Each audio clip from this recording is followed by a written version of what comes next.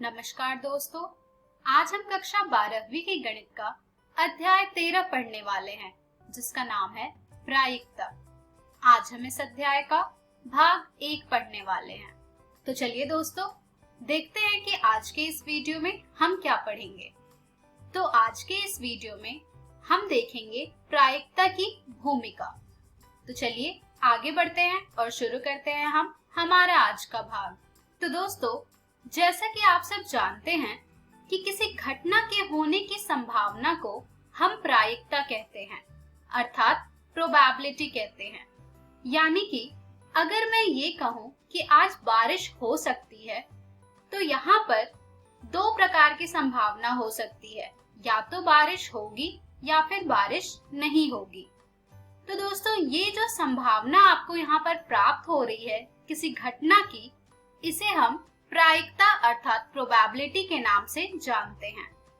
दोस्तों, प्रायिकता को ज्ञात करने का जो सूत्र होता है, इससे आप सब पिछली कक्षाओं के द्वारा परिचित हैं कि प्रायिकता किसी घटना की हम ज्ञात करते हैं ई के अनुकूल परिणामों की संख्या अर्थात इवेंट ई के जो फेवरेबल आउटकम्स होंगे उसकी जो संख्या होगी अपॉन प्रयोग के सभी संभव परिणामों की संख्या अर्थात जो भी हमारे टोटल पॉसिबल आउटकम्स हैं उसकी संख्या।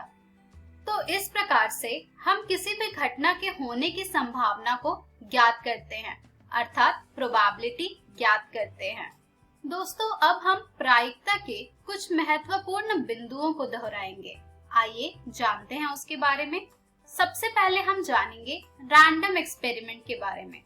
तो दोस्तों, रैंडम एक्सपेरिमेंट क्या होता है, अर्थात यादृच्छिक परीक्षण क्या होता है। मान लीजिए कि जब हम एक सिक्के को उछालते हैं तो उस वक्त हमारे पास चित भी आ सकता है और पट भी आ सकता है। इसे हम लेकिन डिसाइड नहीं कर सकते कि हमारा कौन सा परिणाम आएगा। तो दोस्तों, कुछ इस प्रकार के जो एक्सपेरिमेंट्स होते हैं, जो परीक्षण होते हैं, उसे हम रैंडम एक्सपेरिमेंट के नाम से जानते हैं, अर्थात यादृच्छिक परीक्षण के नाम से जानते हैं। चलिए अब हम जानेंगे कि आउटकम्स क्या होते हैं, अर्थात परिणाम क्या होते हैं। तो दोस्तों, किसी एक्सपेरिमेंट की संभावित नतीजे को हम आउटकम्स अर्थात परिणाम के नाम से जानते हैं।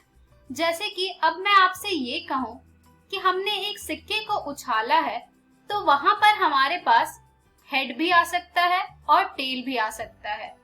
तो दोस्तों, यहाँ पर हमारे जो दो परिणाम होंगे हमारे इस एक्सपेरिमेंट के, वो होंगे हेड और टेल, और यही होगा हमारा जिसको कि हम परिणाम कहते हैं किसी परीक्षण का। आइए दोस्तों, अब हम जानेंगे प्रतिदर्श समष्टि अर्थात सैंपल स्पेस के बारे में। दोस्तों, मान लीजिए हमने दो सिक्कों को एक साथ उछाला है। तो दोस्तों, इसके क्या क्या परिणाम हो सकते हैं? इसके 4 प्रकार के परिणाम हो सकते हैं। या तो दोनों में आपका हेड आएगा अर्थात चित आएगा, या तो दोनों में आपका पट आएगा अर्थात टेल आएगा, या तो एक में आपका हेड और दूसरे में टेल आएगा, या फिर आपका एक में टेल और दूसरे में हेड आएगा। तो दोस्तों, यहाँ पर हमें जो किसी रैंडम एक्सपेरिमेंट के सभी आउटकम्स का अर्थात सभी परिणाम का जो सेट हमें प्राप्त होता है, उसे हम सैंपल स्पेस कहते हैं। अर्थात जब हम दो सिक्कों को उछालेंगे तो हमारे सैंपल स्पेस हो जाएंगे HH, HT, TH, TT, जिसे हम हिंदी में प्रतिदर्श समष्टि कहते हैं और इंग्लिश में सैंपल स्पेस कहते हैं। चलिए दोस्तों, अब हम जानेंगे एक्सियोमेटिक अप्रोच, जो कि आपने क्लास 11th में पढ़ा था, जिसे हिंदी में हम कहते हैं अभिगृहीतीय दृष्टिकोण, जिसमें कि हमें अगर किसी इवेंट की प्रोबेबिलिटी निकालनी होती है तो हम उसके अंदर जितने भी आउटकम्स होते हैं उनकी प्रोबेबिलिटी को ऐड करते हैं। आइए एक उदाहरण के द्वारा इसे समझते हैं कि हम इस प्रकार के अप्रोच में क्या कार्य करते हैं। मान लीजिए हमने दो सिक्कों को उछाला। यहाँ पर हमने दो प्रकार की घटनाओं को लिया है। पहला है हमारा घटना ई, जिसमें केवल एक चित आने वाला होगा। तो दोस्तों, यहाँ पर हमारे इस घटना की प्रायिकता क्या हो जाएगी, अर्थात प्रोबेबिलिटी क्या हो जाएगी। तो दोस्तों एक्सियोमेटिक अप्रोच अर्थात अभिगृहित दृष्टिकोण के द्वारा सबसे पहले हम यहाँ पर उसके जितने भी आउटकम्स होंगे उनको लिखेंगे और फिर हम उनकी प्रोबेबिलिटी को ऐड करेंगे। तो चलिए यही कार्य यहाँ पे करते हैं। यहाँ पर जो हमारा सैंपल स्पेस होगा जब हम दो सिक्कों को उछालेंगे तो वो होता है HH, HT, TH, TT। अब इनमें से केवल एक चित्त आने के जो आउटकम्स होंगे वो होंगे या तो TH या फिर HT। तो यहाँ पर अगर हमें केवल एक चित्त आने की प्रायिकता ज्ञात करनी है तो वो हम ज्ञात करेंगे PE बराबर probability of tail head plus probability of head tail.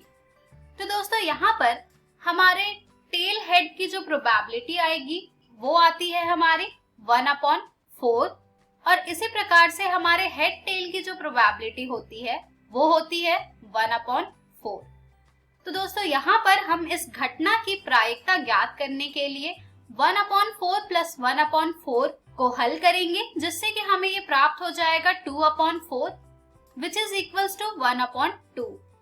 तो दोस्तों केवल एक चित्त आने की प्रायिकता जो एक्सियोमेटिक अप्रोच से हमने ज्ञात करा है वो हमें प्राप्त हो रहा है 1/2।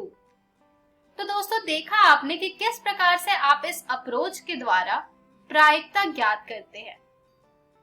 अभी तक आपने जिन भी चीजों के बारे में जाना ये सभी आपके बेसिक्स थे जिनका प्रयोग करके कक्षा 12वीं के मूल शीर्षक को अच्छे प्रकार से समझ पाएंगे। इसलिए आपको ये सब एक बार रिवाइज करने की आवश्यकता थी। आइए अब हम देखते हैं कि कक्षा 12वीं के इस अध्याय में हम क्या सीखेंगे।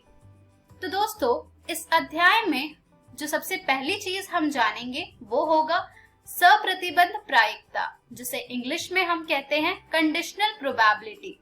अर्थात यहाँ पर हम जो प्रायिकता ज्ञात करेंगे वो किसी कंडीशन के द्वारा होगी जो कि हम यहाँ पर ज्ञात करेंगे।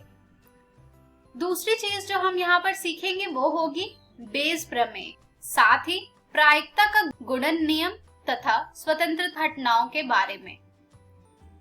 इसके बाद हम जानेंगे यादृच्छिक चर, जिसे इंग्लिश में हम कहते हैं रैंडम वेरिएबल, और इसके प्रायिकता बंटन के बारे में अर्थात प्रोबेबिलिटी डिस्ट्रीब्यूशन के बारे में।